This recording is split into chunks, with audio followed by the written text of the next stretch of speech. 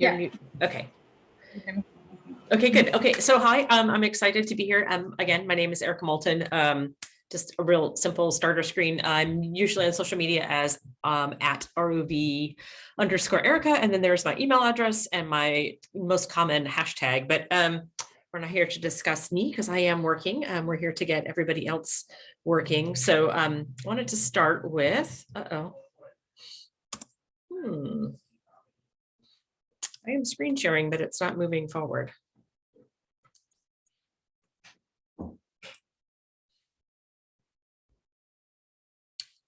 Valerie, do you have a suggestion? Oh, maybe I think that you can send me your. Well, here, we'll go this way here and. Oh, yeah, it's okay. It's okay. That's it. No, can you see the next screen? Yeah. If you come back to. Oh. Yeah, it's. Did you put play function? So it's able to work with other students. Oh, there we go. Beginning, maybe All right.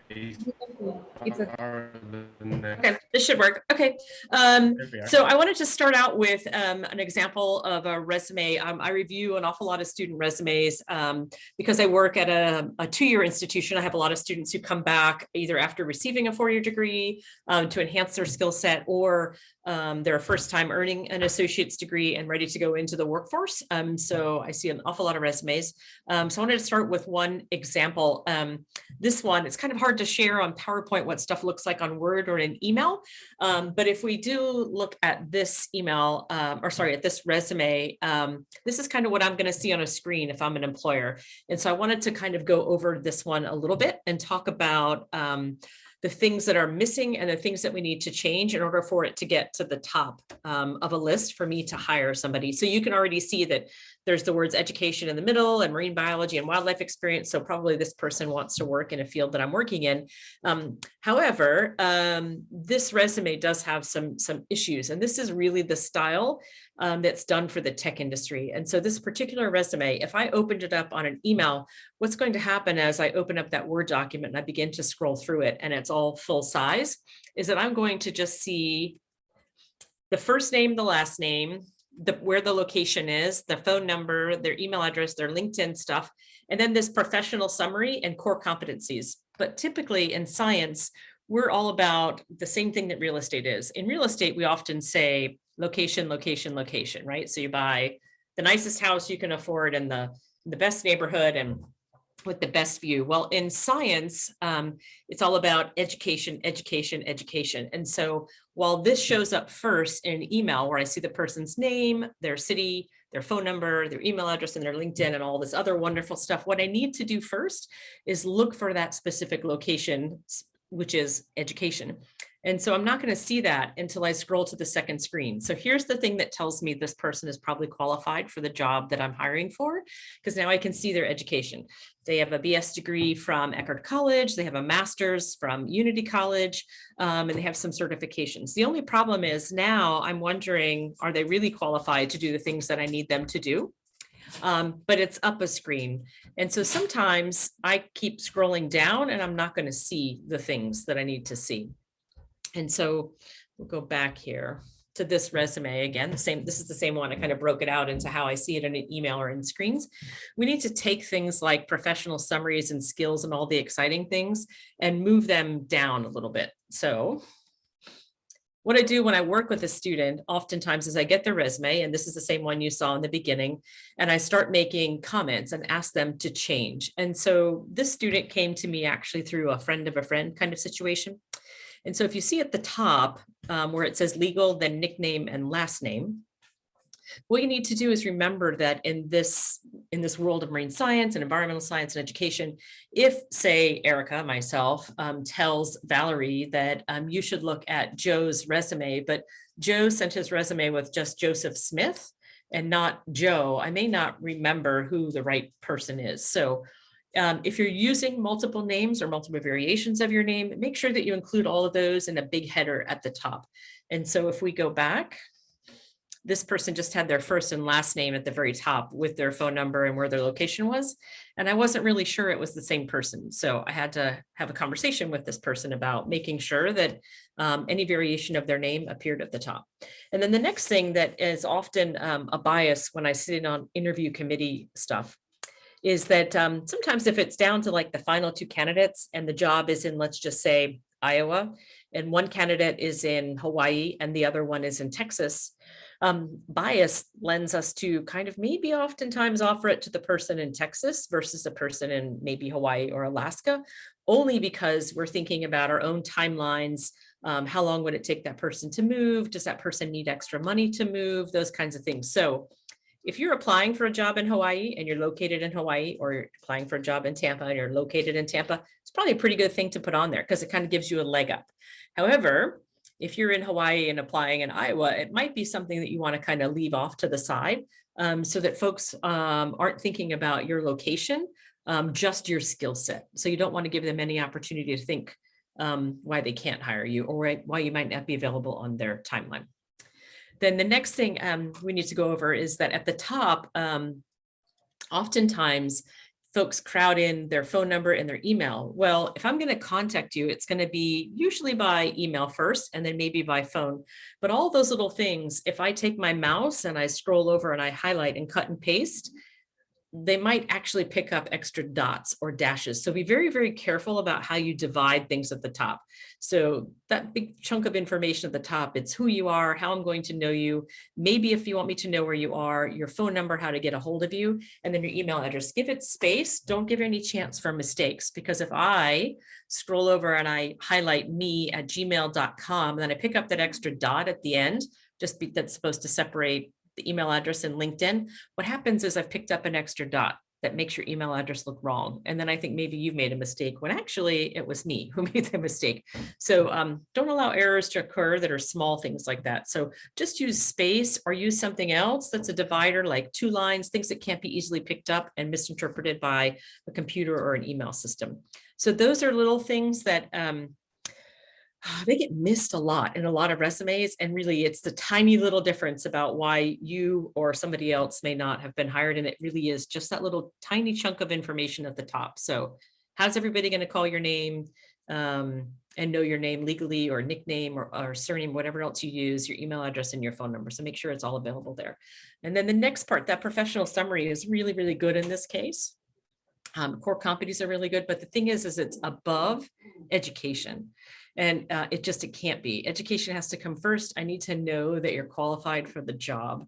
And then I'm going to look at your skill set. And then the one comment about education here I want to make, you don't need to take notes too, because I'm going to go to another screen that's going to show you what this looks like fixed up. But education, it's at the top. You should also put your most current degree first. So this person put their bachelor's ahead of their master's, which makes me kind of then spend a little time looking at the dates to make sure things line up. So if they're in chronological order, I mean, maybe you did earn a second bachelor's, which is great. Some people do, or a second master's, but just make sure they're in the proper order. Your highest degree is usually on the top. And I do have an example of when it's not, but, and then there's all this other information that's here that's missing some data. Okay, so what it should really look like is this is the same information from the last person. You want their full legal name, what their nickname is, their last name, their email address, their phone number, and then their LinkedIn. See, I used a lot of space instead of dots or dashes or things like that can accidentally get picked up.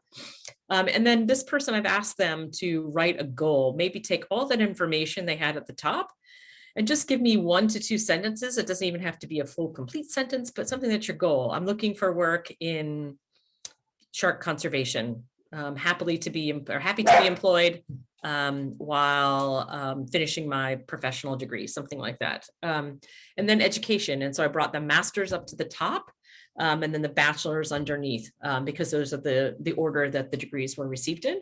And then I started immediately with those skills and certifications. And I pulled out all of that paragraph, all the different certifications, because they were kind of hidden in there, and it's okay to have them line by line. but also make sure you have listing the training agency. So did you earn it in the United States and it's American Red Cross? Did you earn it in the UK and it came from the Sir Walter Raleigh Group? Does it expire within the time frame that you'll be my employee? Is it extended? A lot of those things are bonuses, right? If I don't have to pay to get you scuba certified, and you already have CPR or rescue diving, those kinds of things, they're really, really great to put at the top, because it means my investment in you as an employee right off the bat is worth my time and effort, because I don't have to update some things that might be required for the job immediately, and I can put you to work right away. So any of those kinds of things. Now, here's also where you want to incorporate things like Office, any of your computer work, if you understand R, GIS, GPS. And then this person noted that they had a boating license, but didn't indicate a training agency or when it's valid until. But also here is where I would encourage someone to put things like, can you drive a truck? Can you drive a manual vehicle? Can you back up a boat and a trailer? I can think of most science jobs are going to incorporate some other kind of vehicle. Can you drive a snowmobile? Can you drive a four-wheeler? Can you haul things? So on and on and on. That's where these certifications and skills would go. And then the next page, the rest of the skills, starting listing, are you proficient in a language? This person also, I was looking at some of their jobs. They listed that they could identify reef fish, but they didn't say which ocean. And so just little details like that are what's going to make you stand out when you go through all these skills. So I left a blank there. Any questions so far about all those kinds of things? Following along? Good. I have one. You mentioned that for the main part of the CV, it's good to put your goal, right? Like. Yep. Yeah, it's just a sentence or two. It doesn't have to be too fancy. And then we go on down to employment and internships. Now, these two things can be, if you've had more employment and internships that relate to the job that you're looking for, maybe bump those up next to education and put your skills down below. But this person has a really, really beautiful skill set that really reflects a lot of science jobs that are out there. So I've encouraged her to work harder about beefing up this internship or those skills and giving the data and the information, how long they're valid, which ocean she knows her reef fish from, that kind of stuff, over the employment. And that's because here in employment, her employment is a little weaker than her skill set. So right now she's still working as a personal assistant, but it's okay because she's in grad school. And then she's worked at the Tampa Bay Watch Discovery Center, and then she worked for Reef. And then down here, I noticed when she was talking about that employer, she said she could identify reef fish, but then when I talked to her, she didn't say how she did it. So did she do it on snorkel or did she do it on scuba? So those of us who work in marine science and know what it's like to try and survey or collect data while you're on scuba, that's a really, really impressive skill set. And so I've encouraged her to work on this application part and this description of her work there, to mention that she worked while on scuba gear. And then if you scroll down, she had listed some memberships and awards, and she listed that she was her high school valedictorian, but didn't list what high school she went to. So give the names of the high school. That's really important. And then she said she got a Founders Scholarship, but she didn't say that, was it for college? Was it in high school? The founder of what year was it awarded? Those kinds of things. So make sure that if you're adding those types of things to your resume or your CV, that you give lots of descriptors to those kinds of listing items. All right. So let's see here. All right. So this is another, does anybody have any questions about that type of student who had a master's degree and is working? Anything specific to that one? No. Okay. So this is a second style. So this is another student who was interested in veterinary science and finished a 4-year degree. And then when she came home, she really decided that being a veterinarian or working in veterinary science wasn't exactly her cup of tea, but she really, really likes animals and the environment. So she's interested perhaps in a little bit more reflection on native animals and habitats or invasive species. So here in Florida, we have all kinds of problems with everything from pythons to tegus. So she's interested in a lot of that. So if you look at the education where I talked about, the highest degree first, in this case, this student recently, she finished her bachelor's first and came back to school for an associate's in science. She felt when she was applying for some of the positions that she wasn't being considered because she didn't have enough environmental science in her Bachelor of Science degree program, because she really was focused on the animal biology part, thinking that veterinary medicine was her future. And so this is an example of when I would list the undergraduate degree or the lower degree, and associates being under a bachelor's. I would list it first because it's the one she earned most recently and it's applicable to the jobs that she's looking for. So that would be sort of a random different example of if you've gone back to school. And if you had 2 bachelor's degrees, which some people do, or 2 masters, I would just list them in numerical order or more applicable to whichever job you chose. And then for this student, we worked down to skills and certifications, and she had never listed in any of her resumes that she's bilingual in Spanish and English.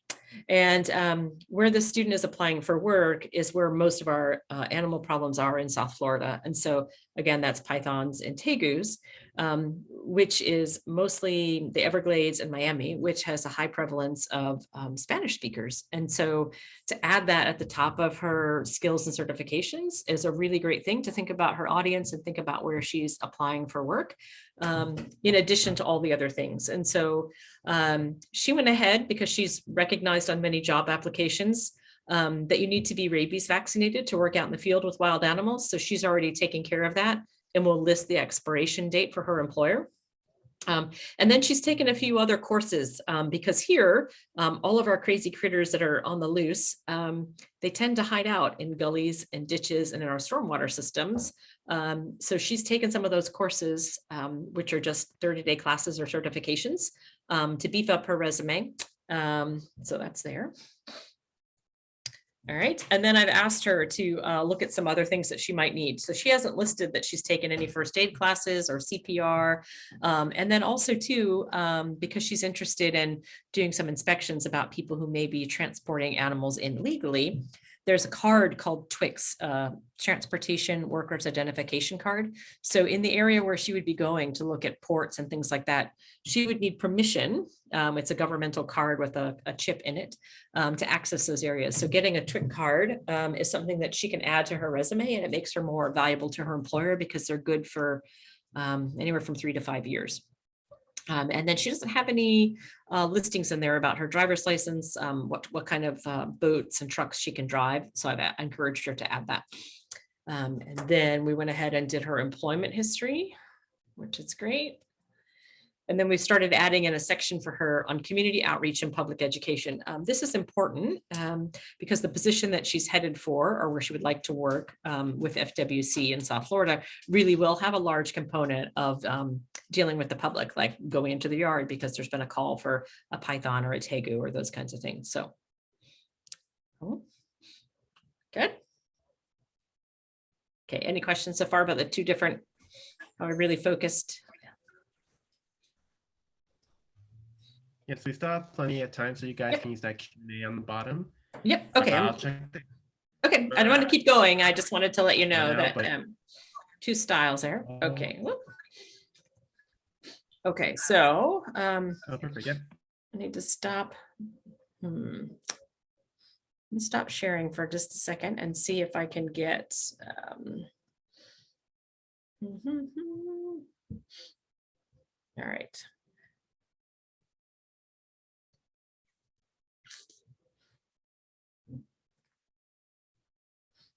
Okay, so. All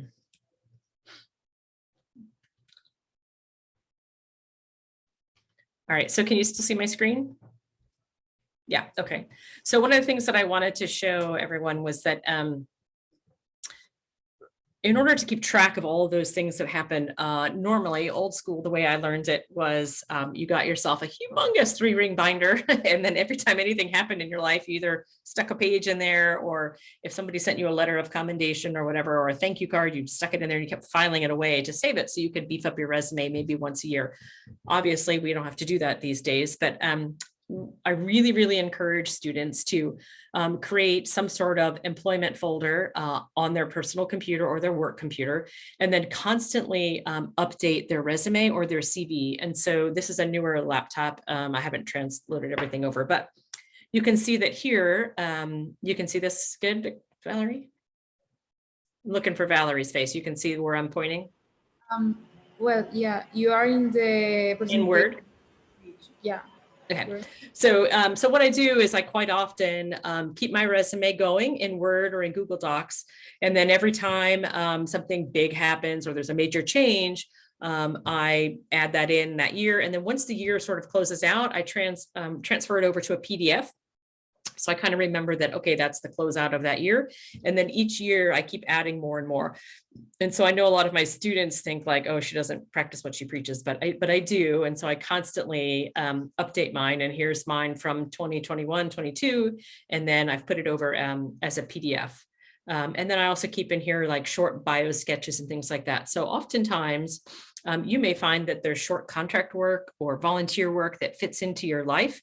And somebody says, well, shoot me over a quick bio or shoot me over a quick resume. Having those instantaneously lets people know that you're interested and that you're available and that you can go to work for them pretty quickly. So even now, here we are 30 years into my career. I keep mine updated all the time. So does anybody have any questions so far? No? Oh yes, I have one. I think that for many like international students is like they have this big question if it is important to put their location, even if they are applying for volunteer work or just like work in general. Like if So yeah, so I think if you're looking for something and you're an international student, I think that there's a way that you can put that in there. You can put it in your, I wouldn't put it necessarily on your CV or your resume. And also for most everybody, I think in science, I think it's okay to go ahead and call it a CV and think about the fact that you're working towards something that's multi-pages and not just a single resume page. That's not really the way science is so much. We're not really stuck with this one pager format that you might have in, like they say, tech or business. So go ahead and expand to the 2 pages, but also that cover letter is kind of where you say like, you know, currently I'm located in London, but I'm available for work in the US from May 2022 until July 2022. And I noticed that my dates align with yours. I'd be more than happy to accept this internship, or I'd be honored to accept this internship. You know, is your company available to assist with you know, costs for a student visa if necessary. Those types of things, yeah. But I wouldn't leave it on the CV per se. The bonus is that, you know, oftentimes the hiring person or the direct contact, the direct scientist you're going to work with may be the only one who's going to see the full packet. And then when the team that's going to interview you or review the rest of the candidates or review the most qualified candidates, not everybody needs to know everything. We want to leave some nuggets of information about ourselves maybe off the table because you don't want, again, bias is the hardest part for all of us to get over. And so you don't want somebody on the team to go, well, I'm going to pick, you know, Sheila versus Joe because Sheila's in Texas.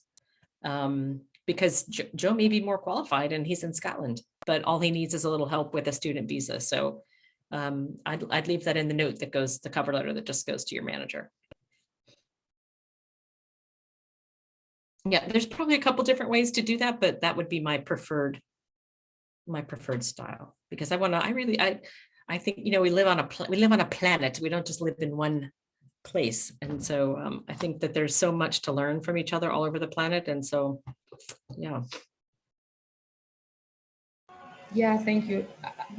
I think that is great that some students do that, like they just think like over the seas and they put a lot of information. But I know that so many students that are international are like really scared to put that they are international just because of that, because they think, no, I will not be chosen because other person live like more close, like in Texas or something like that.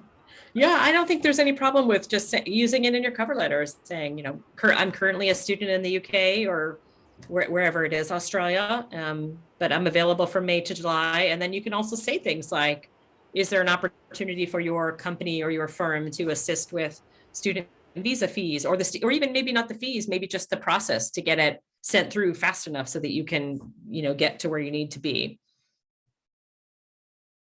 That's great. Thank you. Mm-hmm. So I review an awful lot of resumes. But yeah, that the education thing not being at the top and not having your information up at the top really clear and correct is the biggest thing. And really it's all about remembering that the first person who's going to see it, typically the first person who works for the company, not a bot or a computer algorithm or something like that, but the first real live person is probably going to open it as an attachment or in an email. And so play with that process with yourself, send it to yourself, send it to a friend, ask them what it looks like. Because if it's 3 screens down where your education is, and I scroll to find that and I miss every other wonderful thing about you. And sometimes we don't scroll back up. So because I'm just looking for education to make sure you're qualified. Yeah. And then, you know, if you're a younger person and you're still a student or you're an undergrad, you know, I don't think it hurts to also ask your parents, like, you know, how many times have I driven a boat, you know, and then consider yourself maybe a beginning boat driver, or you've done it every single time, or since you were 8, your parents had you back the boat up. If you're lucky enough to have had that, I wasn't, but if you're lucky enough to have that life experience, add some of those things into your skill set. Yeah, one of the skills that I see a lot that gets left over, but is looked for often in jobs, is the ability to drive a forklift. So in marine science, we need a forklift a lot. I mean, if you're in aquariums and zoos, they need it to lift up the pallet of salt to go make salt water. Here, when they do marine mammal necropsies, oftentimes it's a forklift that lifts the deceased animal onto a dissecting table for the necropsy. I see forklifts being used to get deliveries to buildings. It's really, really a funny thing, but oftentimes you'll get emails. Does anybody in the building know how to drive a forklift? So one of those little skills, putting it at the top of your resume, just like my other student who really wants this job in South Florida with FWC, the idea to make sure that she mentions that she's conversationally bilingual in Spanish English in an area where the job is where most of the community members are also bilingual. Yeah. So think about those skills that you're really, really good at, that really could be valuable in this field. And science, especially out in the field or in the marine sciences on a boat, are all about being a jack of all trades. So the more you bring to the table, the easier it is to give you a spot out in the field or on a boat. If you're scuba certified and can drive a forklift, I mean, you're hired. so No yeah. more questions needed, right? Right. Yes. So Erika, I did check the Hoover app. There are no additional questions there. Okay. If you still have further advice or information that you'd like to say, you still have another 10 minutes. So it's really up to you. The floor is still yours.